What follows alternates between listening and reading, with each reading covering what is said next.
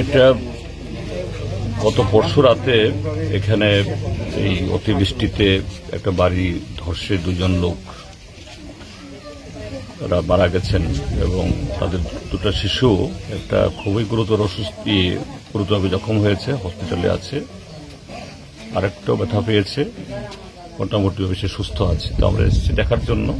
তো আমরা শুনলাম এখানে প্রশাসনের তরফ থেকে তারাও এসছে। নিশ্চয়ই তারা মানে এই জাতীয় ঘটনা ঘটলে যে ধরনের সরকারি সুবিধা দেওয়ার সুযোগ আছে এটা তো করবেনই।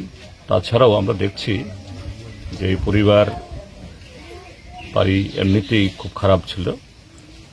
এখন দুটো বাচ্চা তো আর আলাদা করে থাকবে না, তাদের এই এখানে ঠাকুমা আছে, কাকারা আছে। তো আশা করি প্রশাসনের তরফ থেকে তাদের দেখভাল করার সমস্ত ব্যবস্থা করা হবে। এবং আমি অনুরোধ করব এখানে যারা প্রতিবেশীরা আছেন তারাও সবাই সহযোগিতা করলে পরে দুটো বাচ্চা এমনিতে অনাথ হয়েছে, কিন্তু সামাজিকভাবে অনাথ হবে না, এটা সবারই দায়িত্ব।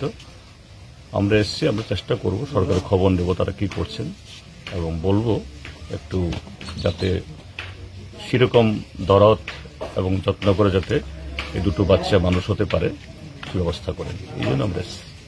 ঘরটা যদি ঠিক করতো তাহলে ঘর তো আমার এই মনু সাহেব থাকতে আমি ঘর তুলছি, কত কইছি মনু সাহেবের পাও ধরছে, আমার ঘরটা দিছে না, আমার ঘরটাই বিপদ আজকায়। কত হয়েছে আজকে সবাই মনের সঙ্গে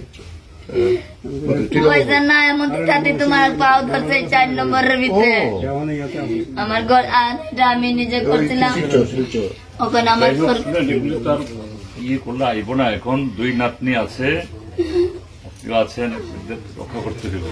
আর প্রশাসন যত আইয়া গেছে আর বাকিটা আমরাও দেখুন। হ্যাঁ, বাকিটা সবাই তো দেখতে বসার দেখুন কোনো অসুবিধা নেই। আমরা আছি, আমরা কাজ ফলাতে আমরা সবাই লোক। ঠিক আছে, আমার তাই না আমার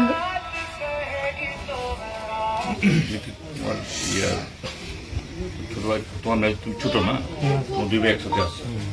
ওখানে দুইটা, এটা এবার কলেজ উঠছে, কোনো ভর্তি হইতে পারছে না। কোন স্কুলতে পাস করছে? 703